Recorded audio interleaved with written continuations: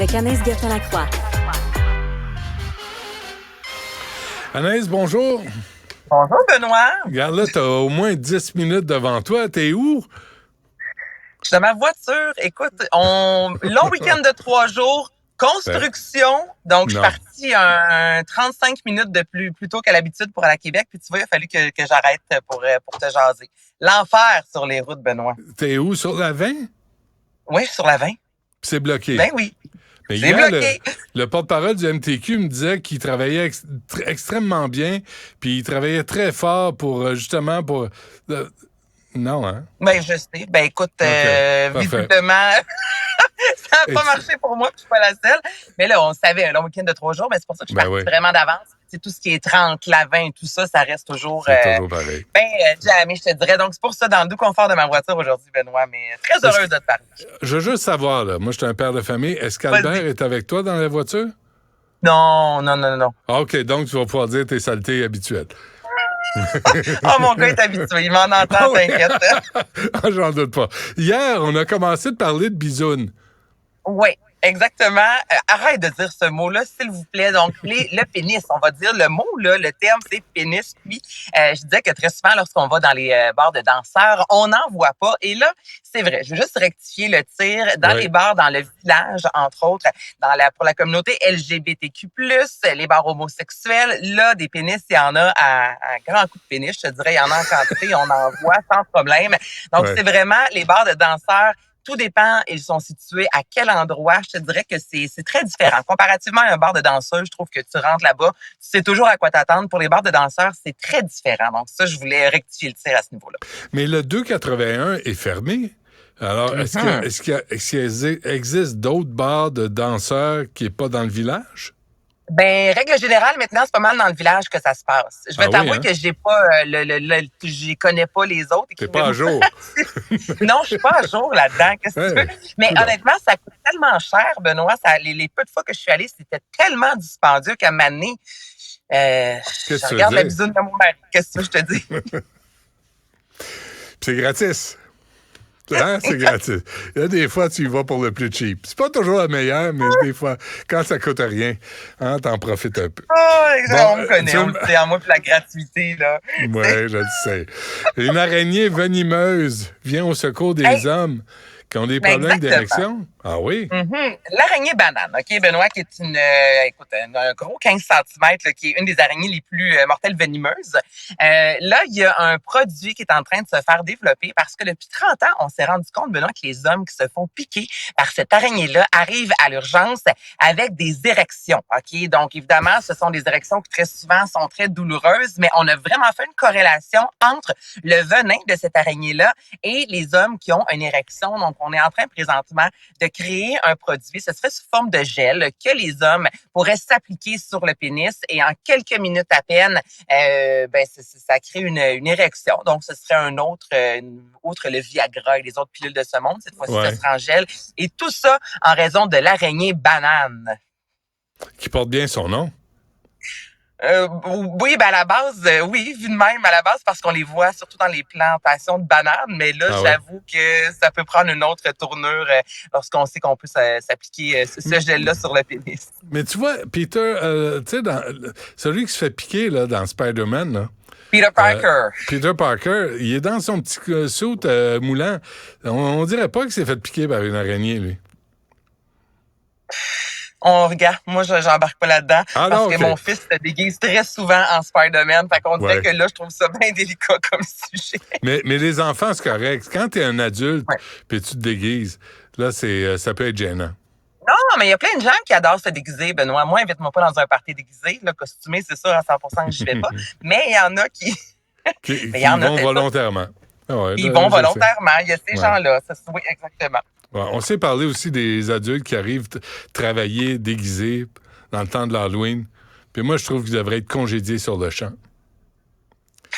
Ça, c'est moi. Je suis pas fan de ça. Non, mais gars, je suis comme toi, je suis pas fan de ça. Mais j'ai des amis autour de moi, là, de 30, 40, 50, qui adorent se déguiser. Moi, personnellement, tu veux me faire mourir, tu me demandes de me déguiser. Je déteste ça, mais regarde, comme je pense que je peux comprendre. Alors, ce gel qui va aider les hommes qui bandent mou, est-ce que ça va venir bientôt sur le marché? Ce serait d'ici 1 an que ce serait commercialisé, Benoît. Quand même. Donc, quand même. Donc, écoute, ça fait 30 ans qu'on travaille là-dessus, donc ça s'en vient prochainement pour les hommes. Il y a de l'espoir, c'est bon. Il y a de l'espoir. Quelle est cette nouvelle tendance, Anaïs? Hey, mais je trouve ça vraiment intéressant. Okay? C'est une tendance qui, bon, présentement est beaucoup sur TikTok, mais depuis 2 ans, au Royaume-Uni, entre autres, Benoît, il y a de plus en plus de célébrations pour les jeunes filles qui ont leurs règles. Okay? Et c'est assez particulier, par contre, ce qu'on peut voir passer, donc des gâteaux avec du sang qui dégouline ou encore on utilise des serviettes sanitaires, on met du faux sang. Bon, ça, c'est ce côté-là un peu trop, moi, je trouve ça un peu trop trash.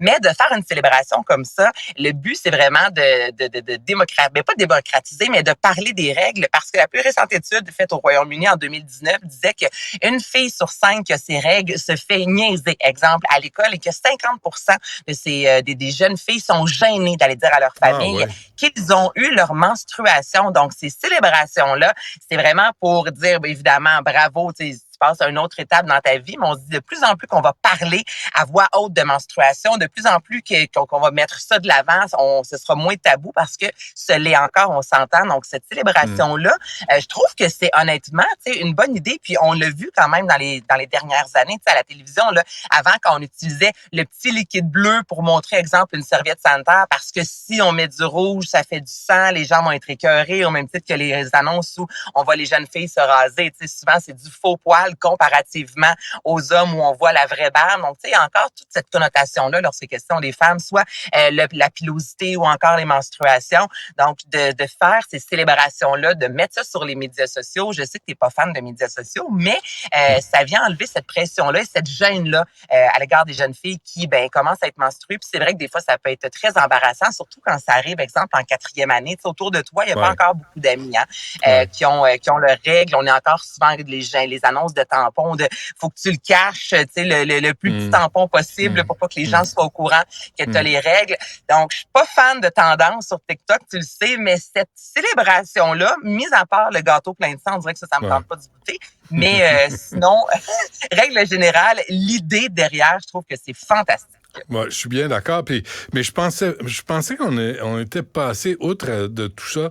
Tu sais, les niaiseries, moi, quand j'étais jeune, moi, les années 70, c'était ça, là. Tu sais, c'est de la sexualité, personne n'en parlait, il n'y avait pas d'information. Les filles, moi, je me souviens, on s'était fait sortir de la classe, puis les filles étaient sorties avec une enveloppe Johnson & Johnson. Puis j'étais arrivé à la maison, je demandé à ma mère, puis elle a dit, occupe-toi pas de ça. Tu sais, c'était ça, l'éducation sexuelle dans les années 70, tu sais. Fait que si on est passé outre à ça... Ben oui, puis la fameuse expression qu'une jeune fille est indisposée parce qu'elle a ses règles. Non, mais hey, c'est sur un moyen temps indisposé, on va respirer, s'il vous plaît. Puis, tu sais, encore culturellement parlant, tout dépend dans chaque pays. Tu sais, les règles, encore à ce jour, on s'entend que c'est pas toujours très bien vu, mais de mettre ça sur les médias sociaux, d'avoir des jeunes filles qui peuvent faire OK, ça peut être beau, il y a quelque chose non, mais c'est une belle étape, là, c'est un rite de passage. Toutes les jeunes filles vont passer par là. Donc, je l'aime, cette tendance-là, Benoît. Bon, ben, parfait. Anaïs, bon voyage. T'en as au moins pour 12 heures, là, pour te rendre à Québec. Écoute, ça bouge. Je t'en nombre demain à 8 heures, donc j'ai le temps, mais... mais ça bouge-tu un peu, ou? Ben là, présentement, ça bouge pas partout parce que je suis stationnée, mais sinon, ça allait à 70 tantôt. Es-tu au volant? Ben là, je suis dans ma voiture, mais je suis pas dans le trafic, Benoît. Non, mais... OK, t'es pas assise en arrière, là. T'es au volant. Mais je suis au volant dans une halte routière. Je suis pas au volant. OK. Bon, ben sois prudente, puis bonne chance. Tu sais, essaie de pas t'endormir au volant, par exemple. Je vais essayer ça. C'est trop long. T'es rendu à quelle hauteur, là? Je suis pas bonne là-dedans. Une halte routière quelconque. J'ai passé le Madrid. C'est ce que je peux te dire. Ben, moi, il y a le Madrid, il y a Québec. Puis entre-temps, il y a la capitale, la Canneberge, qui est... Saint-Paul d'Abbotsford. Ah, t'as raison, c'est vrai. Tu connais ton Québec. Anaïs Gertin-Lacroix. Merci. On se reparle mardi. Bye, Benoît. Porte-toi bien. Merci Salut. à Cybèle Olivier, Florence Lamoureux, André-Sylvain Latour, lui moins que les autres. Tristan Brunet-Dupont, c'est ça, hein? Jean-François Roy aussi collabore à cette émission. Tous ceux qui travaillent à Cube Radio, on se donne tous un coup de main. Un gros merci. Il y a Yasmine qui suit à l'instant.